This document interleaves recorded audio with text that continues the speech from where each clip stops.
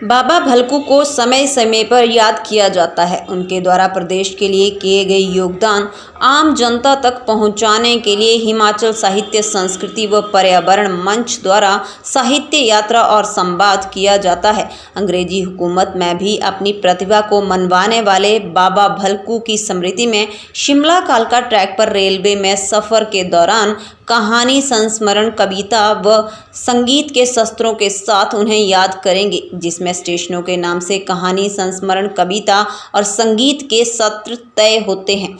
आज 13 अगस्त को यह यात्रा शिमला रेलवे स्टेशन से सुबह 10:40 पर शुरू की गई और बडौग में 1:40 पर पहुंचेगी। दोपहर के भोजन के बाद लेखक दूसरी रेल में 2:17 पर शिमला के लिए चलेंगे, जिसमें भी कई साहित्यिक संगोष्ठियां आयोजित की जाएंगी।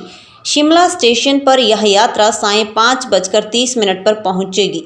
14 अगस्त को लेखक भलकू के पुश्तैनी गांव चायल से 8 किलोमीटर दूर झाझा देखने जाएंगे, जहां पर गांव में लेखक, पंचायत और स्थानीय लोग के साथ भी साहित्यिक गोष्ठी का आयोजन करेंगे।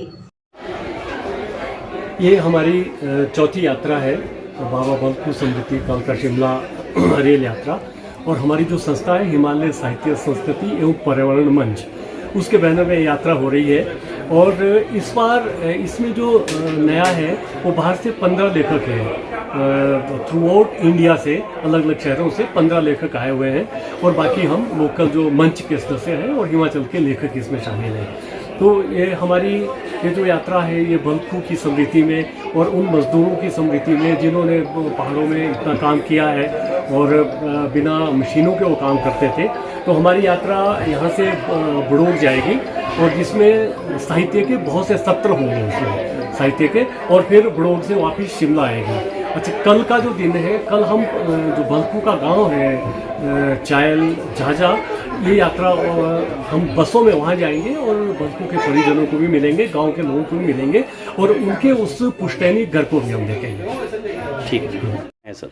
मैं दिल्ली से आया हूँ, मेरा नाम नीलेश कुलकर्णी है। मैं रंगकर्मी भी हूँ, थिएटर पे काम करता हूँ, वॉइस ओवर और डबिंग करता हूँ, लेकिन यहाँ एक लेखक के रूप में आया हूँ। और एक लेखक के रूप में यहाँ आके बहुत ही खुश और बहुत ही गौरवान्वित महसूस कर रहा हूँ कि मुझे गौरव महसूस हो रहा है कि मैं यहाँ आया हूँ और इस साहित्य यात्रा में भाग ले रहा हूँ। सर, आप सबसे बड़ी बात ये, हरनोट जी को मैं ये बहुत बड़ा शुक्रगुजार हूँ उनका कि इन्होंने बाबा भलकू के चरित्र से हमको अवगत कराया, वरना दिल्ली में जो लोग नहीं, दिल्ली शिमला में नहीं रहते, उन लोग को इसके बारे में, उनके कार्य के बारे में पता ही नहीं था। और एक बहुत बड़ा स्टेप है कि एक मजदूर और लाखों मजदूर जिन्होंने शिमला को बनाने में एक अपना रोल अदा किया है, उनको हम मान दे रहे हैं उनके नाम से एक साहित्य यात्रा चला के। तो ये तो बहुत ही खुशी की बात है, बहुत, इसलिए मैं कह रहा हूँ कि मुझे बहुत गौरव महसूस हो रहा है कि ऐसी एक यात्रा में मैं आज भागीदार हूँ। नमस्कार, मेरा नाम घनश्याम मैथिल अमृत है। मैं भोपाल से आया हूँ। खासतौर से मुझे ये जान के अच्छा लगा कि मैं खुद रेल कर्मचारी हूँ। मैं रेल में काम करता हूँ भोपाल में, पश्चिम मध्य रेल। खासतौर से मुझे ऐसा याद आ रहा है कि सन 1853 में जब पहली रेल चली होगी और उस समय की क्या परिस्थितियाँ रही होंगी, किस समय ये विषम परिस्थितियों में काम किया होगा, और बाबा भलकू के बारे में हम नहीं जानते हैं। ये मुझे बड़ा दुख हुआ। तो कहीं जैसे हम माउंटेन मैन के रूप में दशरथ मांझी ने जो एक सड़क काट के एक अपने गांव के लिए सड़क बना दी थी, मैं चाहता हूं कि बाबा भलकू के ऊपर भी कोई बड़े पैमाने पे कोई ऐसा वृत्त चित्र या कोई फिल्म या कोई एक ऐसी चीज़ तैयार हो। जब हम साहित्य जगत से पढ़ने लिखने वाले लोग हैं, हम पहली बार अगर उनसे परिचित हो रहे हैं, तो शेष भारत में अन्य लोगों की क्या स्थिति होगी। मैं भोपाल से राजू करराज, दुष्यंत कुमार स्मारक पांडुलिपि संग्रहालय का निदेशक हूँ। जब मुझे पता चला कि हरनोट जी ऐसी कोई एक यात्रा की योजना बना रहे हैं, तो मैं बहुत उत्साहित हुआ। और उत्साह इतना आप अनुमान लगा सकते हैं कि मैं अभी पिछले 3 महीने पहले मैं शिमला की 10 दिन की यात्रा करके गया हूँ। लेकिन जब हरनोट जी ने बताया कि ये यात्रा हो रही है, साहित्य की यात्रा हो रही है, बाबा भलकू की स्मृति में हो रही है, तो मुझे ऐसे नवाचार बहुत पसंद आते हैं।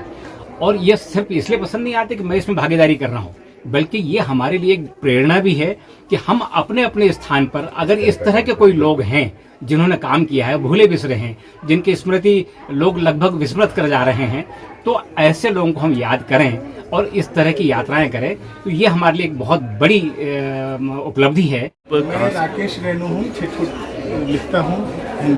किसी भी बाबा भलकू के बहाने कहना चाहूँगा, किसी भी निर्माण के पीछे श्रमिकों का हाथ होता है ना, जो मजदूर हैं उनका हाथ, कोई भी निर्माण हो, लेकिन उनकी चर्चा नहीं होती है। बाबा भलकू किसी उस समय के अपने समकालीन इंजीनियर से ज़्यादा समर्थ थे, तो ऐसा उनको याद करना, और जो आप ये प्रश्न कर रहे थे किसी और से कि उन्हें भुला दिया गया या नहीं, मुझे लगता है कि समय बीतने के साथ साथ जैसे आप अपने कमरे की सफाई करते हैं, अपने सामानों की सफाई करते हैं, धूल की परत जमती जाती है, तो उस परत को साफ करते रहना होता है। ये हमारा दायित्व होता है हमें से सबका।